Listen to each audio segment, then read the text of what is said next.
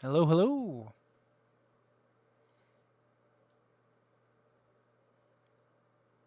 Hello.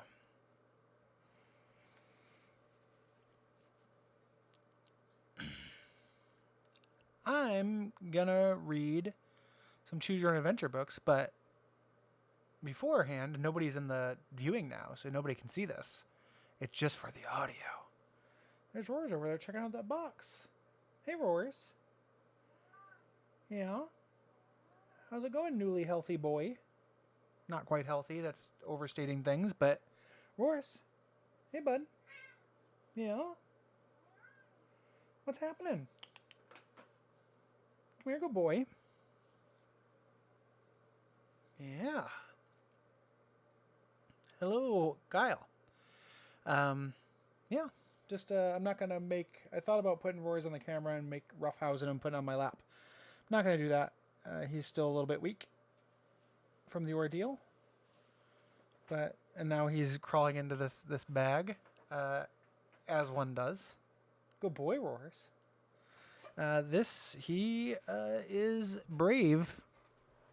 He faced the pale horse of death and said no. He's a good boy. I love him. He's doing really, really well. Yeah, so I wanted to get back into streaming. Now, last week I skipped because I was sick. I thought I was going to skip this week because I thought it for tragedy reasons, and that didn't happen, which is great. You can see my apartment's very messy because of this week. The one thing that I planned to do was to kind of do the deleted scenes for Grimrock Isle and just kind of talk about what it was going to do, and then talk about kind of my thoughts on it. Kind of do like a review since I haven't seen anything about that game. If you recall from the last actual episode where we died by being pushed off a cliff. Not going to do that. I haven't had time to read it because of cat stuff.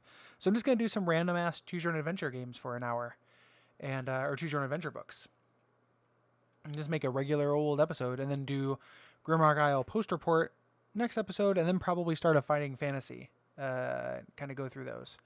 So apologies for being off schedule and apologies for being off format and the like. It has just been real life getting in the way, as it does.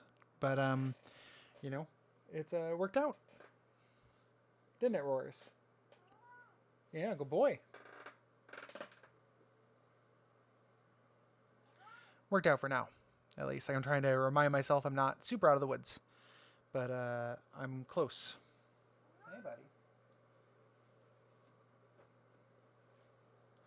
So let me go ahead and go through my box of Choose Your Own Adventures and find something. I had a couple of them I planned on doing last time.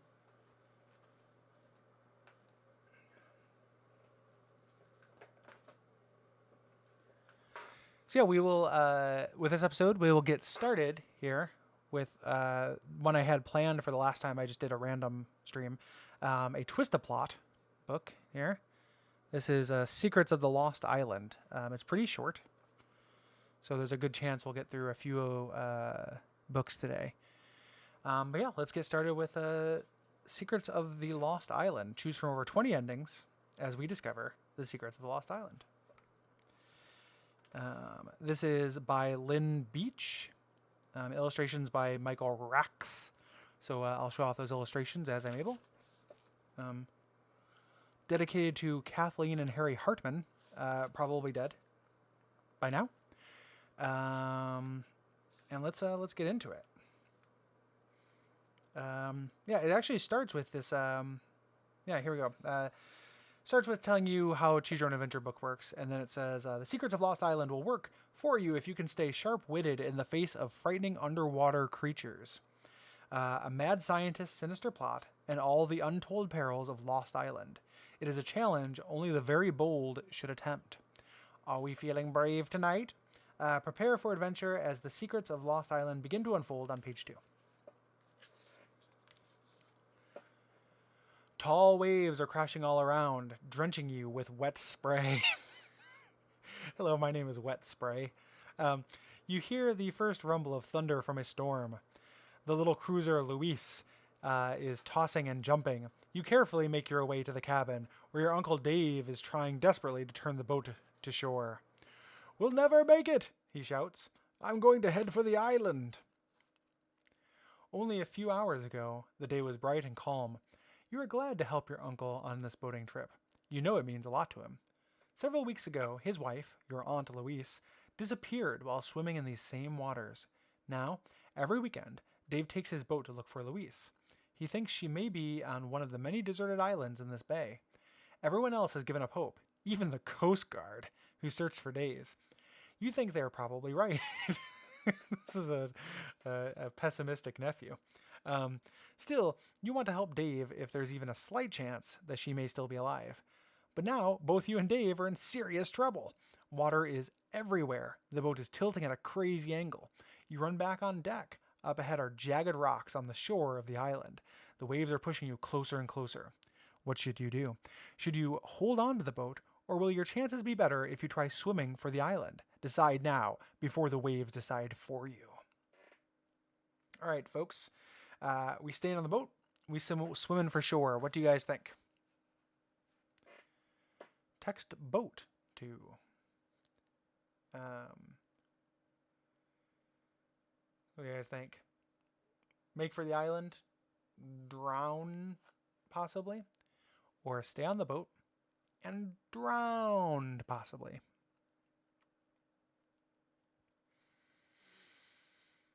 So, okay, got a vote for swim. 2 votes for swim. We're swimming. Okay. Safer to swim for shore. Turn to page 12. If this is a death, that'll be very funny. That'll be a record for the show. And very funny. Okay. You let go of the boat and fall into the water. You feel someone grab your arm and realize that Dave has abandoned the boat too. The 2 of you swim for your lives, hoping you will reach the island.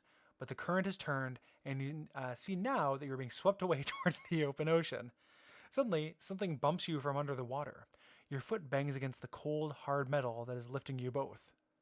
"What on earth?" Dave mutters. You and Dave exchange looks of complete disbelief as you realize that a submarine is surfacing beneath you. Terrified, you hold on. After a moment, the hatch opens. You look inside. You look back at the raging sea. There really is no real choice. The 2 of you climb into the sub. All right, mystery sub.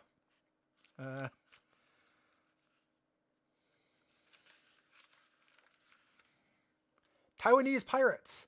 The pirates surround. No, I'm just kidding. Darkness surrounds you inside the submarine. You and Dave look around. On 2 of the shiny metal walls are doors secured with large round handles. You can hear a ghostly clanging coming from far off. You look longingly at the sky beyond the open hatch.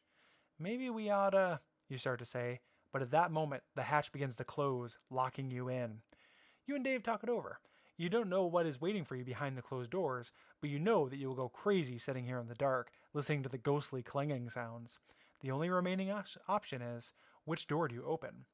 There's a round door and a rectangular door. You guys have a preference between round and rectangular?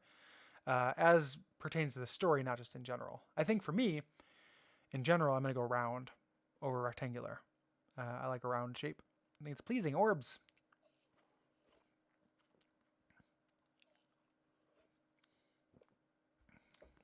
Yeah, if I don't hear from anybody, I'll just go ahead and make a choice since this is more or less arbitrary. I've got to vote for round. 1 more vote will do it.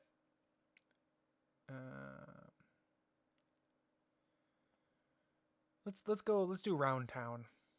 Rolo Tony. Page 24. Laotian pirates.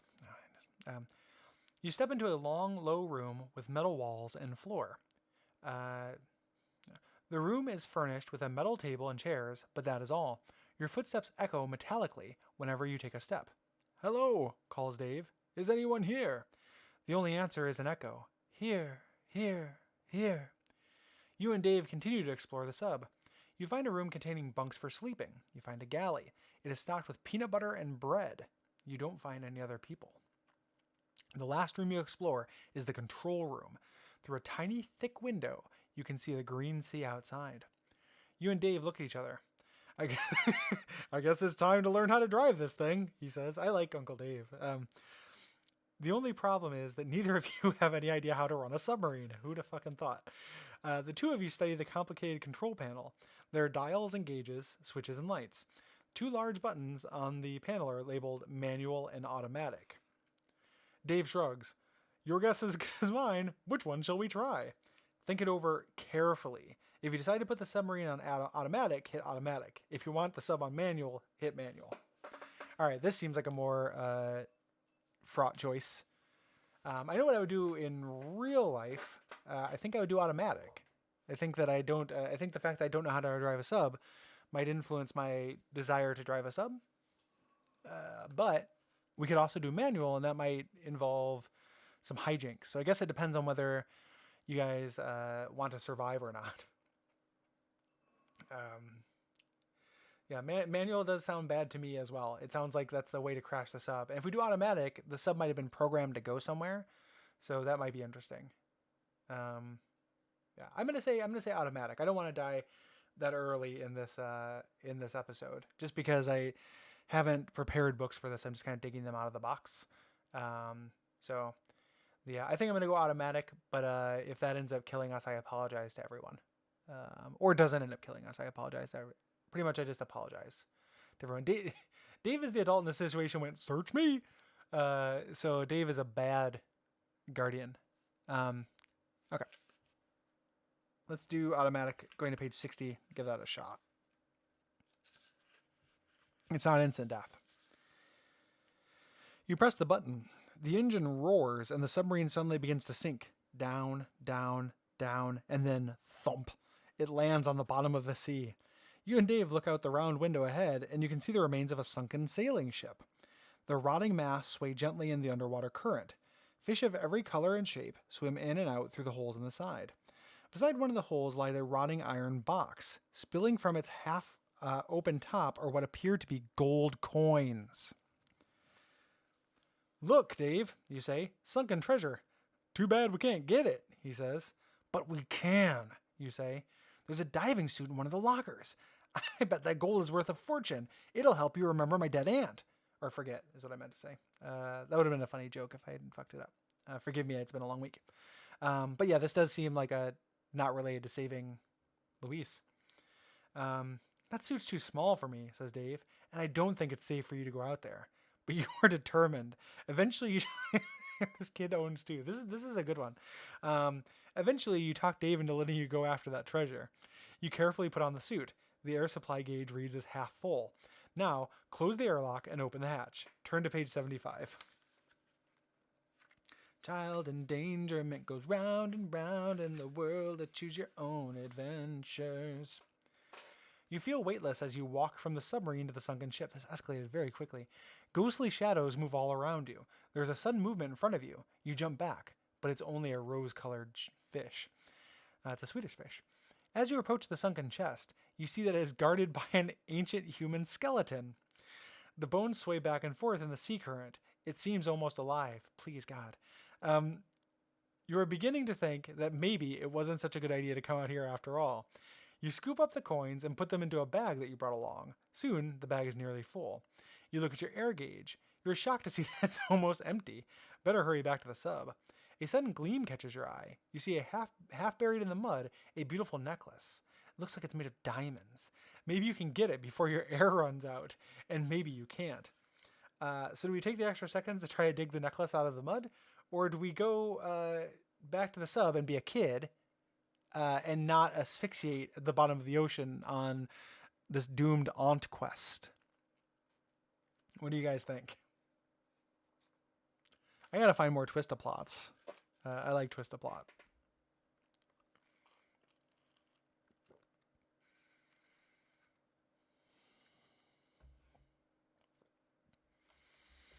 Is an entire pirate's hoard enough money for a young boy? Or should he really be thinking about the retirement of himself and his friends and get this diamond necklace? Aunt Louise would like that diamond necklace, assuming she's not this skeleton.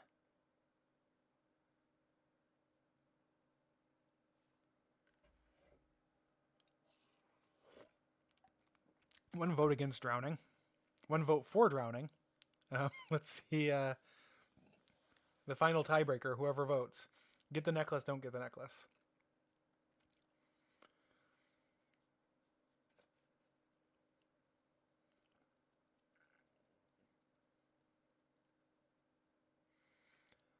Kyle is kind of changing his vote too a little bit. It seems like everybody wants this necklace. I think this is a funny story if this kid drowns. So I might say Pirate Horde feels like the beginning of a bigger story one way or another. That's true. Let's try to get the necklace and maybe we'll live and maybe we'll die. But if we die, we'll die knowing that we did it in pursuit of money. So that's the let's take these just a couple extra seconds. How can you drown in a couple seconds? I can hold my breath for seconds. So turn to page 64. You decide that there is just enough time to get the necklace before your air runs out. Quickly, you kneel down and begin to pull it from the mud. But it seems to be stuck on something. You lean closer, and then you feel a tug. Somehow your air hose has become tangled up in the skeleton. Your air gauge now reads empty. You immediately forget about the necklace. Frantically, you pull your air hose away from the skeleton, but you cannot untangle it. It's almost as if the skeleton is deliberately holding on.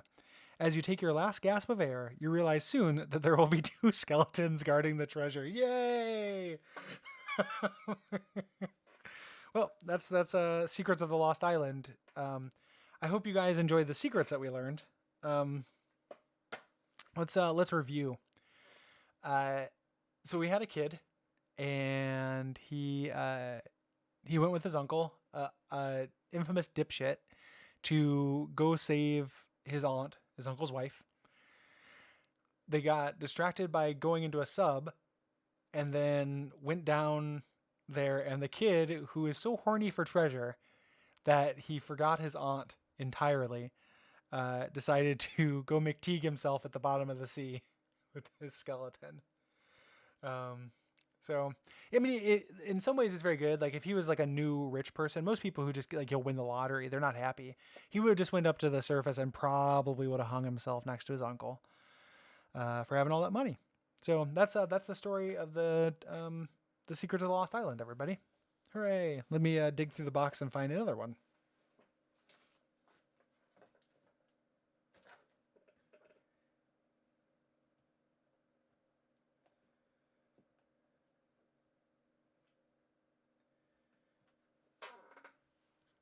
Okay.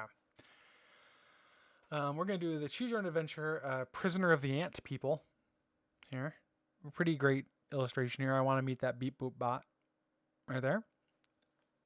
And let's see if we can survive slightly longer and Choose Your Own Adventure number 25 here. This is by R.A. Montgomery, not the ordinary Choose Your Own Adventure guy. Illustrated by Ralph Reese. Quite the name, Ralph. Okay. A little kid wrote in the book of this says, I don't know if you can read it there, property of David there. So I think that the real lesson is if David wanted to hold on to his book, he wouldn't have been such a little punk. And I wouldn't have stolen it from him. And let's see what happens. Don't read this like a normal book. I know. Okay. You were sitting at home in your living sphere, a perfectly round, gravity-free structure. A holograph generator sits next to the entrance hatch, ready to be switched on.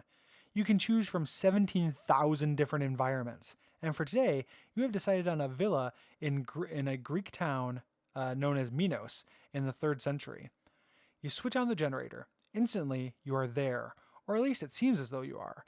Your sphere is now the villa. You can hear voices on the street outside, and you can smell fresh thyme and wildflowers. But just as you are about to relax in the villa, the holograph generator clicks off. You are back to your dull, old, white-walled sphere. Drat, what's up now? You say. The concealed speaker hisses, and you hear an announcement. Emergency, emergency. All Zondo Quest Group 2 members go immediately to the command chamber. Repeat, immediately. You're out of your room and into the free fall communication tube in seconds. This is moving. The world building in this is very quick. I just got to say, like, there's a lot. We're catching up with a lot here. You have been a member of the Zondo Quest Group 2 for 3 years now. Your amazing talent with computers led you to the attention of this special group of researchers, a collection of the finest minds of Earth, Mars, and planet F-32, a planet at the outer rim of the galaxy. The F-32 has a real name, but no one can pronounce it. For 7 years, the Zondo Quest Group has been working around the clock in 3 shifts of 3. The group's mission is to combat the evil Power Master. God, the evil Power Master has been around before, actually, in a different book. An entity nobody knows much about, who is trying to destroy individual planets one by one. The evil Power Master has unlocked some of the secrets of the universe and is able to cause the disintegration of matter. Everything crumbles as molecules break up and the atoms fall apart, sometimes with devastating explosions. The Zondo Quest Group is in overdrive to find out how the evil Power Master is doing this and to stop him or her or it. It's rumored that other groups of concerned beings are also on the trail of the evil Power Master. You haven't run into them yet. You were selected by the researchers to be trained in the Computer Organized Laser Miniaturization Program, or CLOMP. COLP. Not CLOMP. Why did you make it CLOMP? COLP. They wanted a young person to try new approaches. That's just fine with you, but it has been tough. Very tough. There's no time for fun, only work followed by more work. When you ask your group leader, Rendoxol, why all of you had to work so hard, it responded in its squeaky mechanical voice, "We must stop the evil Power Master now. If we do not, there will be no hope for any of us. All will disappear like smoke in the wind. We must get the building blocks of the universe. Only then can we develop a plan to stop the evil Power Master from tearing them apart. We must succeed." It clanked several times and squished its soft plastic hands together. You weren't sure whether or not you believed this mechanical creature from F-32, but at least you've been given an answer. Later, you checked with your second teammate, Flipto, a Martian who is relatively Earth-like. Flipto, just so everyone knows, Flipto is spelled F-L-P-P-T-O, like Flipipito. Flipipito confirmed Rexendal's story, but Rendozol, sorry. Yeah, Rendoxol would also work. Rendoxol. But he also said that he wouldn't really mind if entropy overcame the universe. Personally, I'd find it interesting to break up into minute pieces. You'd never know what would happen. Not to worry, not to worry. A good old Flipipito. He's always keeping a... Oh, God. Look at Flipipito. Look at this crew. Jesus Christ, like squad goals as fuck. Like he's just like hanging out there. And then that's a Roxoctol or whatever. And then there's your hand. With a slight bounce, you come to rest on the artificial grass of the research center. Rendoxol hovers in the center of the room, emitting its usual orange glow. This time, though, it is a brighter orange than usual, almost red. Its plastic flipper-like arms are quietly tucked away in its dull blue and green metallic shell. Flipipito sits nearby in a foam jelly chair. He calmly folds a piece of used computer printout into the shape of a spaceship and proceeds to toss it into the air with a smile. You can tell that Rendoxol doesn't like such unprofessional behavior, but it ignores Flipipito. "Well, what's up?" you ask. Rendoxol swivels towards you and speaks. "All members of the Rimpoch team are missing. The Rimpoch team members entered the research lab at the 000170 appointed phase, but have not come out. They are gone." You take a seat in another foam jelly chair and lean back. "Oh, you know. They're Minervans. It's one of their games. They'll be back." Rendoxol beeps loudly at you, its usual sign of annoyance. Security breach reveals no hidden Minervans in the research chamber. They are gone."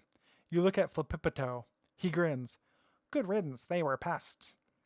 "Stop or I will have you demoted. You heap of protoplasm. You low-level air breather." This is a really good book. Turn to page 9. You know that this must be trouble. Rendoxol only says things like that when he's really annoyed. Now the robot continues speaking with its scratchy mechanical voice. The Baba Ram team is also missing. Same conditions. I need volunteers to search for them. I myself will lead. Are you two with me? We will miniaturize and begin an atomic ray search process. Here's our first choice. If we agree to go with Rendoxol, turn to page 4.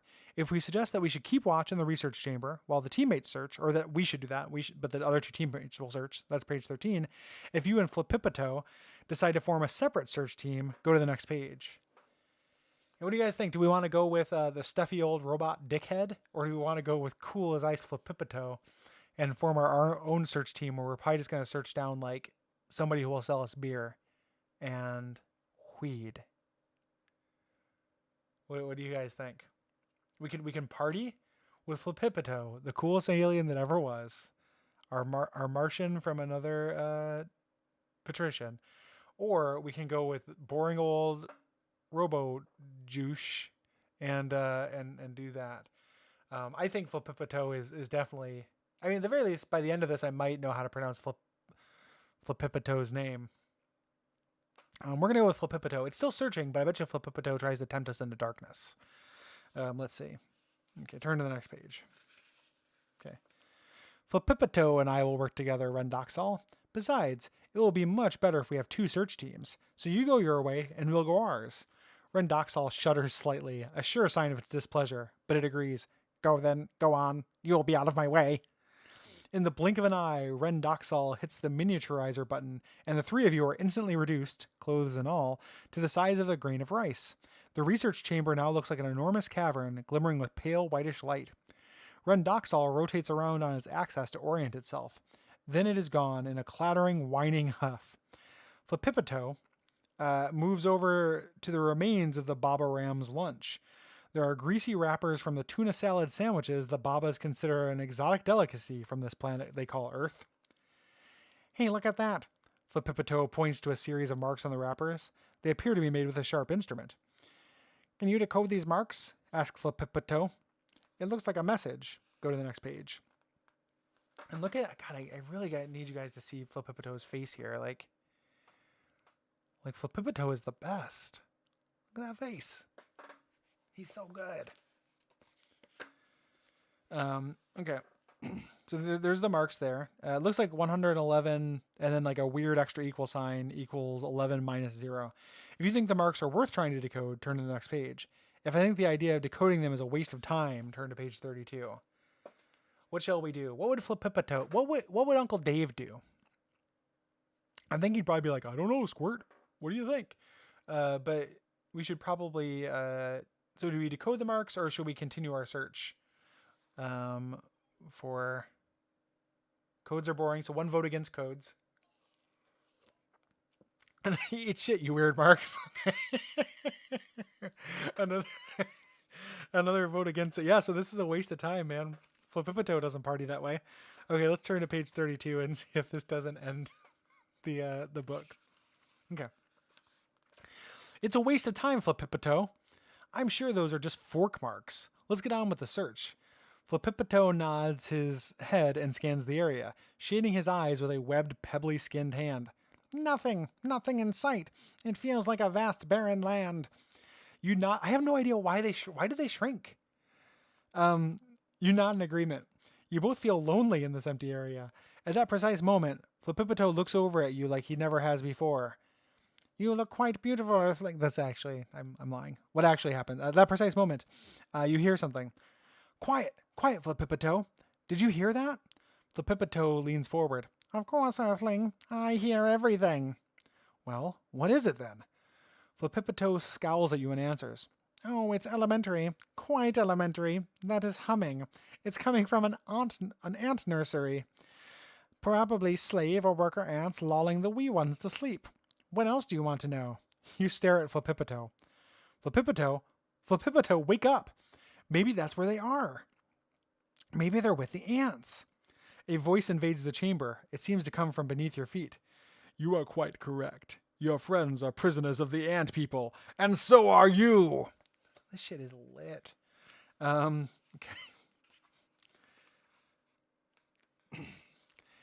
At that instant, a powerful paralyzing ray beams up from the ground.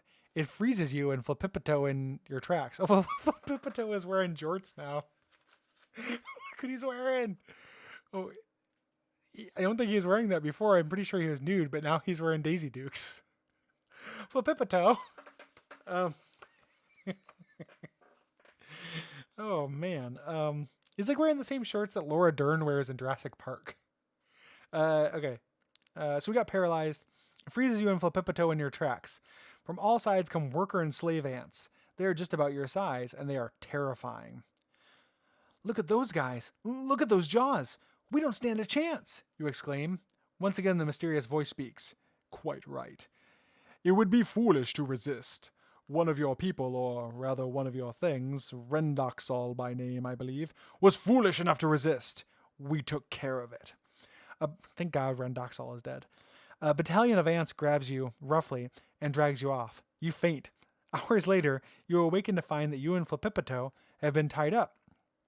You are leaning against the wall of a small chamber. Thank God there are chambers.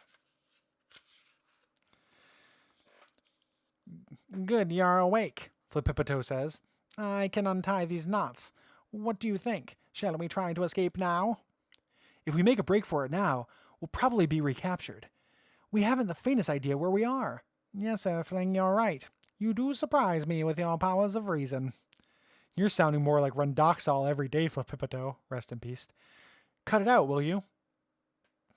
There's a pause. I'm hungry, Flipipito says. This is written by a Markov chain. Me too, Flipipito, but that will have to wait. You dream of food. Pizza, scrambled eggs, cheeseburgers, even tuna sandwiches drift by in your imagination. Try as you might, you can't push the food out of your mind. You wish Flipipito hadn't mentioned it, but then he was probably listening to your thoughts. Finally, you fall asleep. Turn to page 68. You are awakened by noises. Huddled next to Flipipito are two members of the Baba Ram team. It is dark in the chamber, but you can just make them out.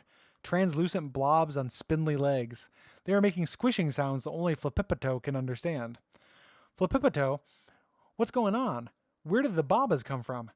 Shh, you're breaking my concentration. It's hard deciphering their squishes. Oh, come on, Flipipito, what's up? Flipipito moves over to you. They say they escaped with the help of the aphids. You stare at him. Aphids? What in the world are aphids doing here? By the way, what's an aphid anyway? You earthlings should know. Aphids are pesky little insects that suck plant juices. Okay. So you're a walking encyclopedia. So what do aphids have to do with ants? Ants aren't plants. Ants aren't plants. Ants aren't plants. Turn to page 72. Oh my God. Okay. Flipipito smirks at you. Ants keep herds of aphids, milking them for a honey-like substance that definitely isn't honey. Oh, come on, Flipipito. You've been reading too much science fiction. Ants are ants. They don't keep herds of aphids. They do. And what's more, they also have gardens. They raise green crops and harvest them. They're probably smarter than you and your people. Okay, but what do we do now? Well, the Babas tell me that the aphids are organizing a rebellion. They are tired of being used by these ants. They set the Babas free and directed them to us. At that moment, Rendoxol appears with the Rimpoches in tow. They are being led by an aphid. Time to evacuate. Repeat. Time to evacuate. Return to the research chamber and deminiaturize. This is a command. If you obey Rendoxol's command, turn to 88. If you disobey Rendoxol's command and try to help the aphids with a revolt, turn to page 92. I'm not even going to ask. We're definitely going to help the revolt, right? I'm going to team up with these aphids. So we could go home and do nothing. We got the rescue crew, but I'm not going to not. I need more ant facts, and I want this ants are ants thing and ants aren't plants, respectively, to come back. So let's see. Too bad, Rendoxol. We're going to help the aphids. After all, they did help us. Rendoxol rotates at a high speed, a sure sign of pure displeasure. Duty above emotion. You. Well, this seems like proper duty, right, Flipipito? But of course, on to the aphids. Rendoxol explodes in anger. You You weak creatures, you foolish lumps of protoplasm, it sputters. I am forced to deminiaturize alone. You will be sorry. It swivels around and glides away. The Rinpoches follow close behind it, without looking back. The small green aphid now turns to you and Flippipito. The ants are powerful, but they are too arrogant. We can defeat them. We need one of you to be a decoy and draw the warrior guard ants away from the corral. Who will it be? If you volunteer to be the decoy, turn to page 94. If you try to convince Flippipito to be the decoy, turn to page 106. So should we be the decoy? I can see fun adventure in that, but I also like the idea of sacrificing Flippipito after he sassed us and said that ants are smarter than humans. What are your thoughts?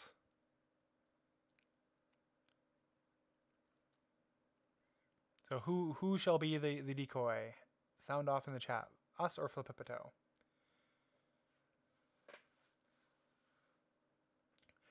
Okay, Flippipito. One vote for not sacrificing Flippipito and becoming the bait ourselves. Next, if somebody else votes for that, they'll choose it. That'll make it our thing. Does anyone want to not be the bait? The ant bait? Don't sacrifice our boy. Okay, we'll be the bait. I'll volunteer to be the decoy. Fuck it. Okay, I'll go. What's the plan? The small green aphid motions to you to bend towards him. He whispers the plan into your ear. Follow me to the corral where the ants keep the aphids. Make some noise at the entrance to get the guards' attention, and then run for it. The guards will chase you, and the aphids will escape. Flippipito shakes his handsome head. I think the subtext that I was joking about is here, actually. It won't work. I'm certain of it. You and the aphid turn to Flippipito. Well, what do you suggest? Flippipito ponders for several minutes. Jesus Christ. Then he begins a squishing conversation with the Babas. Okay, it's settled, he announces. The Babas have volunteered to serve as an emergency support team, and they will link tentacles to span the tunnel end with their soft jelly-like bodies. The ants hate the taste of Babas. We should have enough time to lead the aphids out of the anthill. Turn to page... What is even happening? Turn to page 98. Oh, okay, so that choice was meaningless. We just went with Plan Flippipito.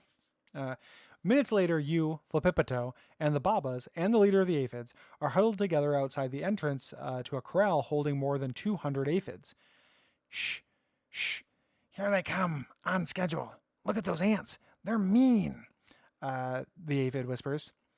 Flippipito motions to the Babas to position themselves around the entrance of the corral.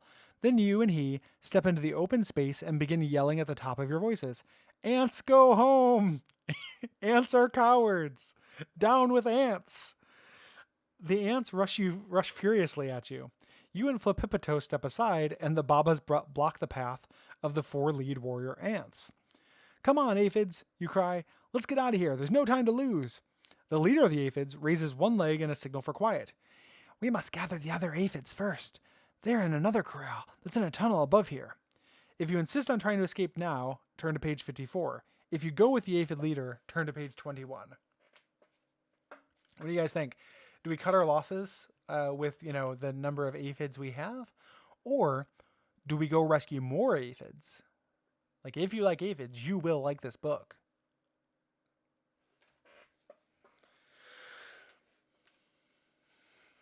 Yeah, this is kind of an X-Men 3 Aphids United kind of deal here.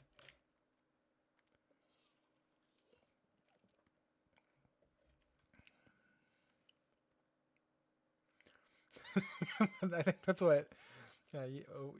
Yeah, I think that we should probably try to rescue all the aphids. I mean, here's the thing: if we rescue them all, bonus aphids. Okay.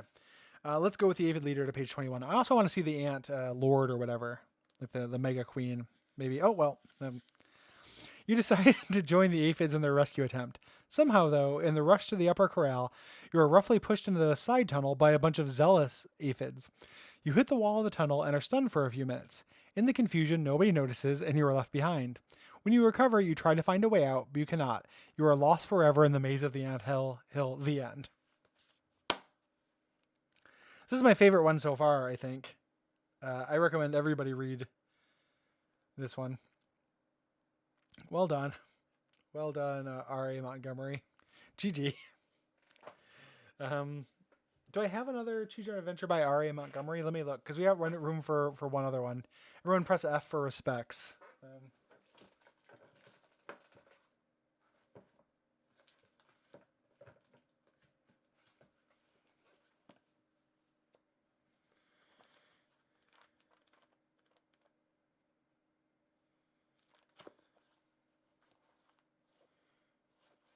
Most of them are Edward Packard.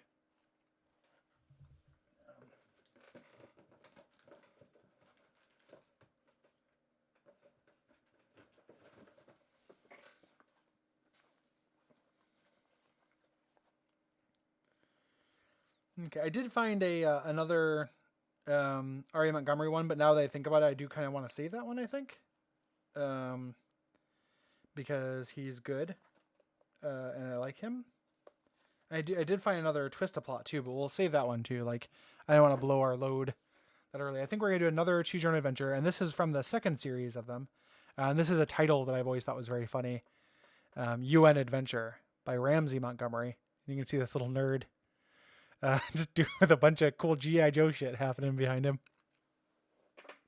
So let's see what happens the adventure of this nerd here. Okay. And this will be our final story, regardless of how long it takes. My throat's getting a little bit roughed up. Okay.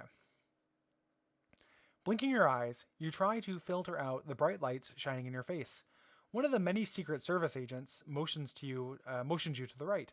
You follow his direction, taking your place next to 3 other students. A roar of clapping fills the room. This is it. I hope I don't faint or do something stupid, you tell yourself. In a few minutes, you'll be shaking the hand of the President of the United States in front of television cameras.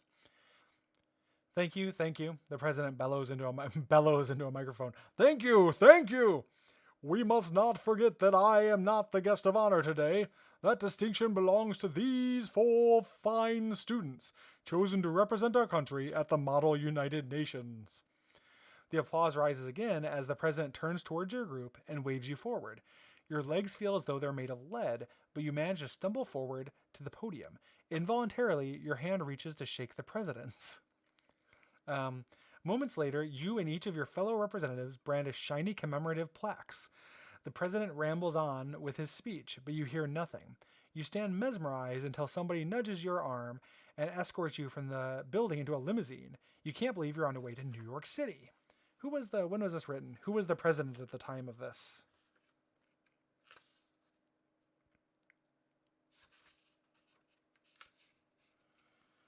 Um, 1995, so we're talking about Clinton. So, thank you. Okay, New York City.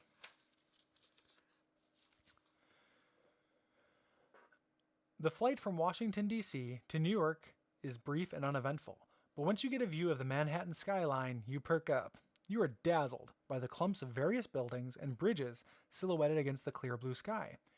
As your limousine approaches the heart of New York City, you tilt your head back and stare up at the United Nations building. The UN is an independent establishment, part of no country, yet belonging to all.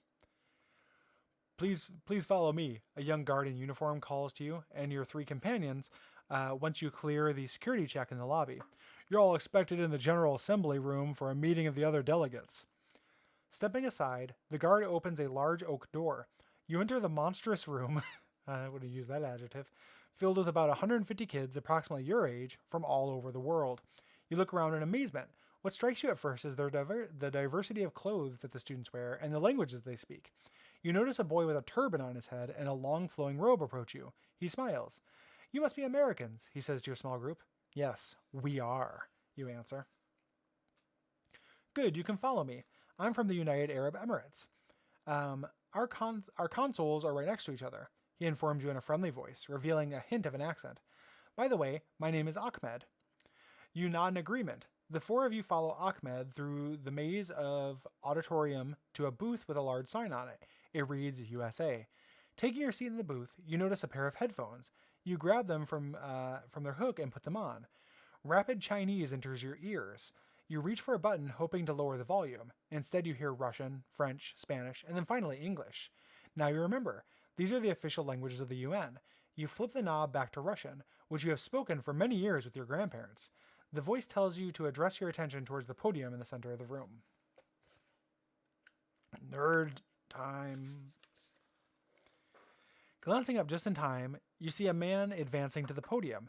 You recognize him immediately. His name is Alphonse Gerhardt, and he is the Secretary General of the UN. Of course he recognizes the Secretary General of the UN. You have seen him many times on television.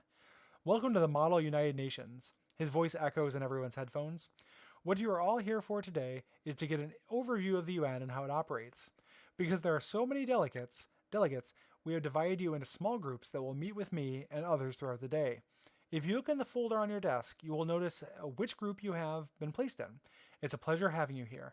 As representatives of our next generation, you are the future. Thank you. With a bow, he leaves the room. Removing the headphones, you open the folder and glance through it.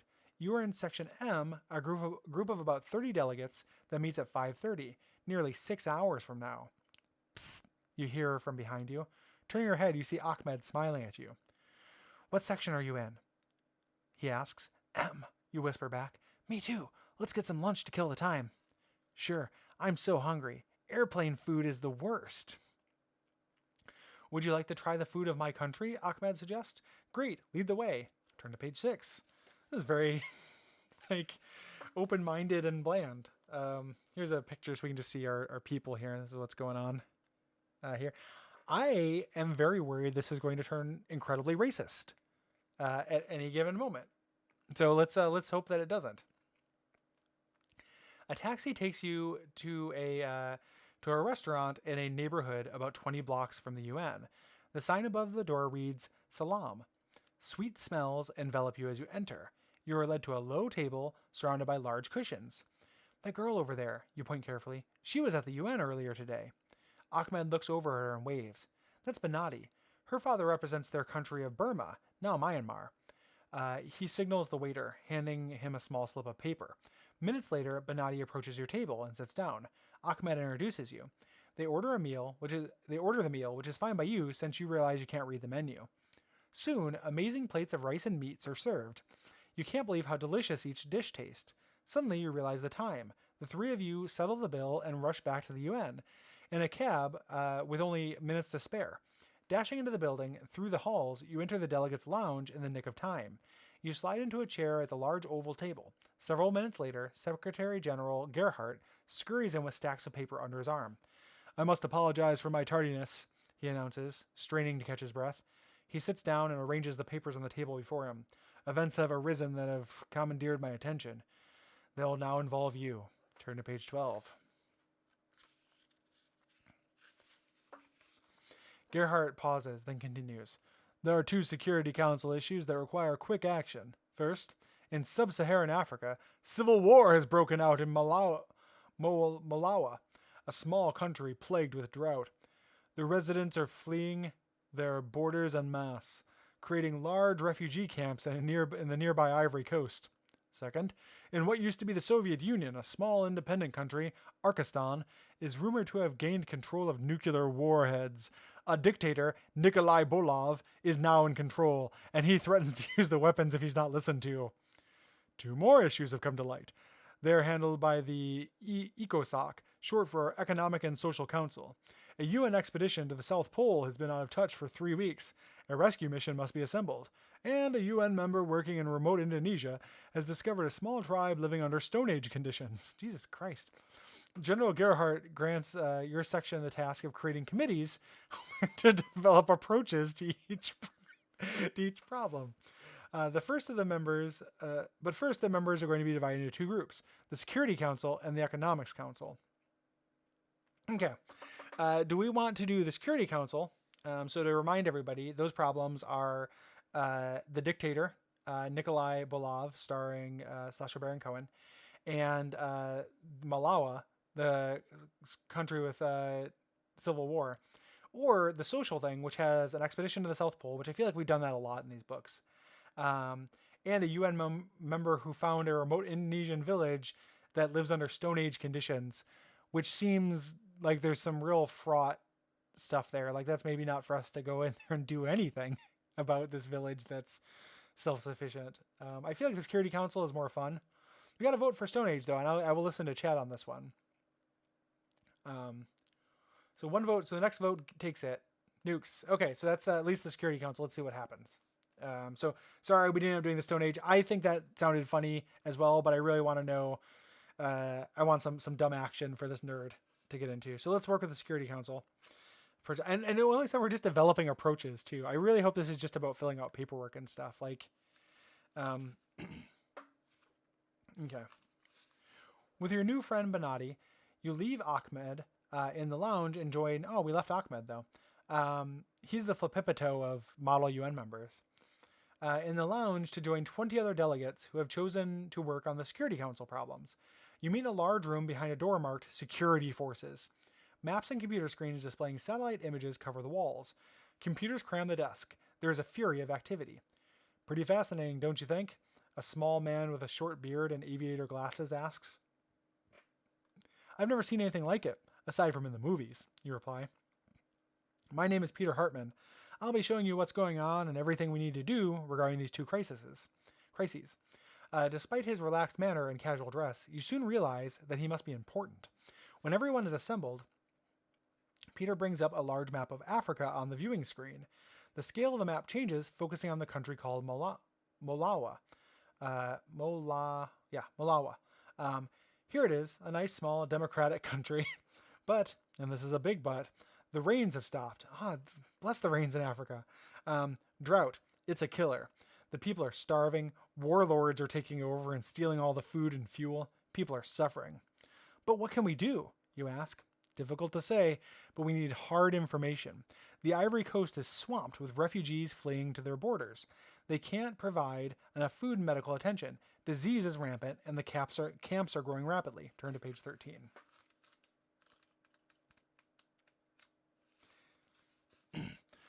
The UN will hold a conference at the Center for Refugee Affairs in Geneva, Switzerland. A peacekeeping force is on the agenda.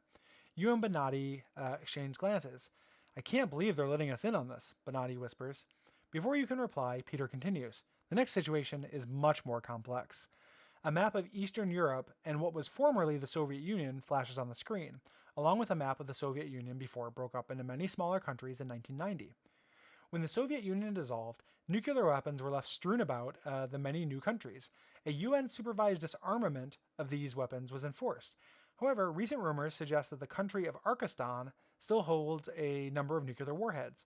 Arkistan's leader, Nikolai Bolov, is a ruthless military dictator. His government has denied possession of these weapons, but pressure from the world's leading powers has forced him to admit a small team of UN inspectors. When the lecture is over, you turn to Bonatti. We have a chance to become involved in some major world issues. What interests you the most? Says Bonatti. So should we deal with the rains down in Africa? Or should we go to the Arkistan arms crisis? This is a weird book.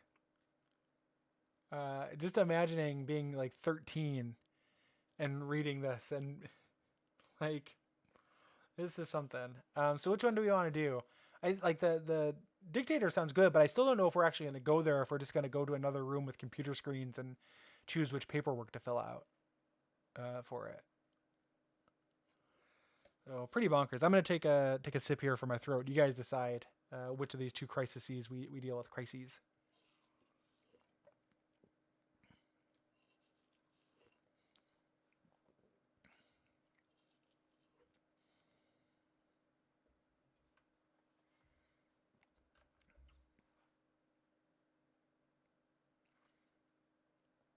What are your thoughts? We got a vote for dictator. And two votes calls it. Nukes. Nukes. Okay. Let's go deal with the Arkistan. Oh, this is just to learn more about it. So thank God. Okay. After you decide to work on the Arkistan arms crisis, you meet with 7 other Model UN participants.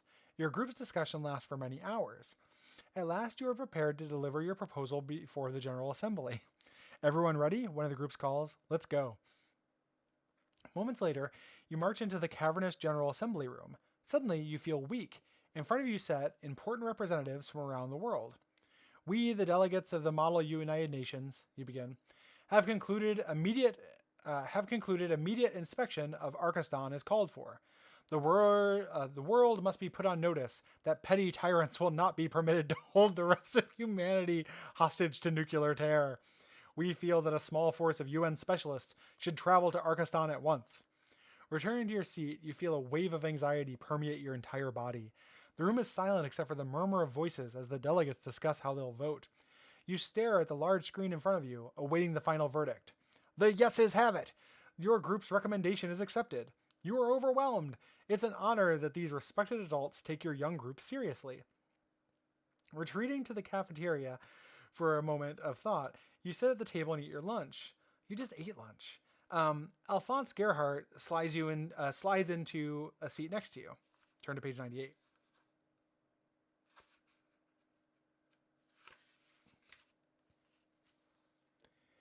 I understand that you are fluent in Russian, he comments. Yes, my grandparents taught me. You respond between bites of your sandwich. Good. How would you like to join the team that we're sending to Arkistan? It's dangerous, but very important. I have checked your background. It seems for your age you are accomplished in many areas. We could use you. You accept readily and are soon shuttled off to meet other members of the team. They brief you on the situation in Arkistan. Early the next morning, you emerge from a small UN Learjet at the Tolstoy International Airport in Arkistan. A bearded driver greets you in a shabby Russian-built Stoika sedan. Your destination is a medieval a medieval castle in the middle of a small village. It doesn't take long to reach it. Let me get them bags for you. That wasn't a Russian accent. Let me get them bags for you. That's not Russian. Let me get those bags for you. A boy about your age says in English as he approaches. He gives you a startled look when you respond to him in Russian. I'm Igor. Follow me, he says, leading you into the castle and up to your small dark room. Pulling you in close, Igor whispers in your ear, I am with the Arkistan resistance. We know why you're here. If you come with me tonight, I can show you some evidence that will prove the existence of nuclear weapons and where they're hidden. And I really want everyone to get a good look here at Igor's face. Here. Like he looks like he looks like a dirtbag. And he doesn't look like a young man at all. And he's got a real weird coat. Okay. Page 115. What a weird book. Okay. You are stunned by Igor's offer. This could be an incredible breakthrough before you've barely begun your mission. But bells go off in your head. It could also be a setup to get you expelled from the country and have the UN team discredited. Igor could be a secret agent. Do I choose to wait until I have spoken to the UN team before going with Igor? Or is this an opportunity we cannot pass up? What do you guys think? Go with Igor, who is not the Flippipato of the Model UN. Or should we be suspicious of Igor? Michael Madsen was what I was actually looking for. We got to vote for wait. Yeah, okay, a couple votes to wait. We're going to wait for the UN. Turn to page 23. Hopefully Igor doesn't stab us in the gut. You don't feel prepared to risk taking up Igor's offer. If you disappeared from your delegation, it might rouse suspicion about the role of your mission. If you were caught, you might face dismissal from your country or even death. You send a message to Philippe Dumont, your mission leader, to alert him as to your predicament. He agrees to meet with you in the study of the castle late that afternoon. Entering the book-filled study, you confront a man waving what seems to be a wand. Oh, come on, baby. You notice Philippe sitting behind a large desk. What was he doing? You ask Philippe after the man leaves. Oh, sweeping the room for bugs. He found 4, placed here by the Arkistanis, in this room alone. Philippe says, holding up his hand to show you a small electronic listening device. He presses a button on a black metallic box. This will take care of any other eavesdroppers. Now, tell me what you've discovered. I think I've been contacted by the resistance movement. They claim to have info we need. It could be a plant, however, designed to get us all in deep trouble, you reply. I can understand your hesitation, Philippe answers. Even though we're a neutral organization, we often run into problems such as this. That Bolov fellow will do anything he can to prevent us from nosing around. The trouble is, we must know about those warheads. Sometimes we have to take risks. Turn to page 44.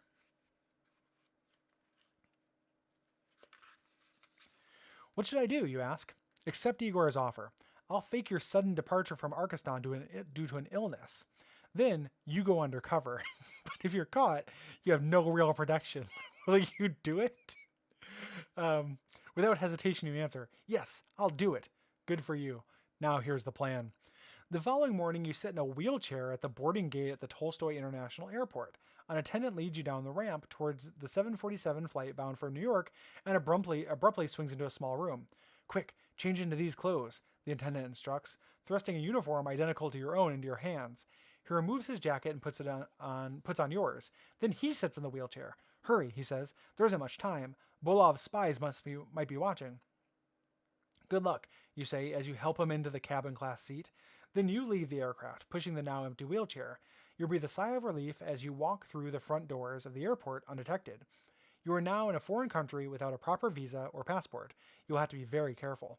Igor waits in a van in the parking lot with a change of clothes and false papers. He does not smile. For a young person, he seems to have had a lot of experience in secret intelligence affairs. Turn to page 30. Igor drives the van down to the waterfront, crowded with large abandoned buildings, and then into a garage on the ground floor of a warehouse. Unknown people guide you to a ladder that descends into a hole in the floor, leading to a subterranean chamber. You're overcome by a foul smell. A group of about 17 people sit at a long table illuminated by one weak light bulb hanging from the ceiling. The air is dense with smoke and fear.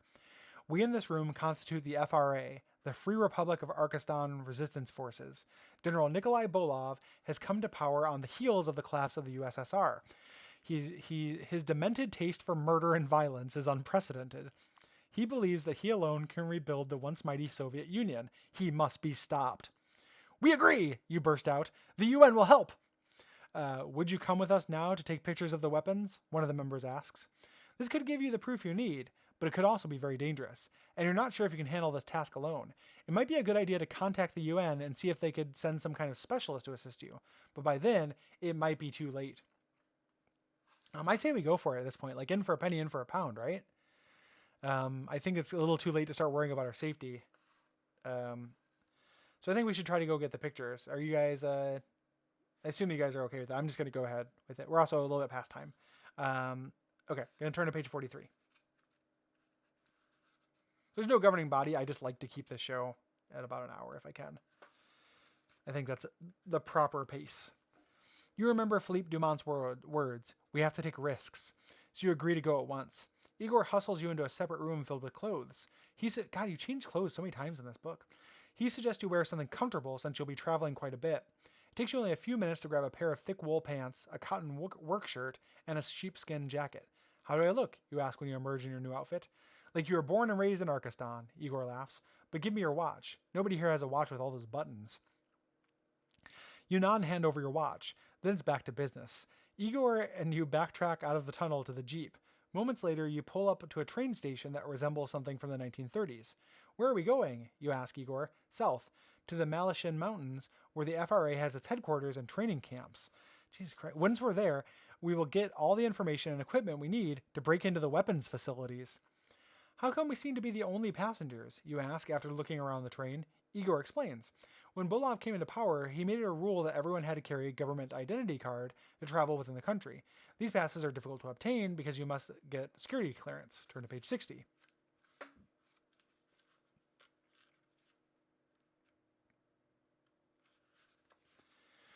Papers, please, the conductor interrupts. This is it. I'm doomed. Then, out of the corner of your eye, you notice Igor taking 2 laminated passes out of his pocket. Thank you. You're lucky to be traveling to the mountains at this time of year, the conductor comments with a smile as he returns the passes. I told you we were prepared, Igor whispers. The journey takes you through the grassy farmlands, which reminds you of the American Midwest.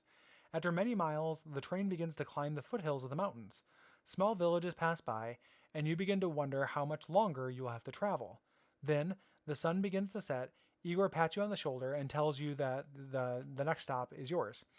The whistle from the departing train echoes behind you and Igor, as you approach a small white pickup truck on the road in front of you. The truck will take you into the mountains to meet the FRA. Turn to page 65.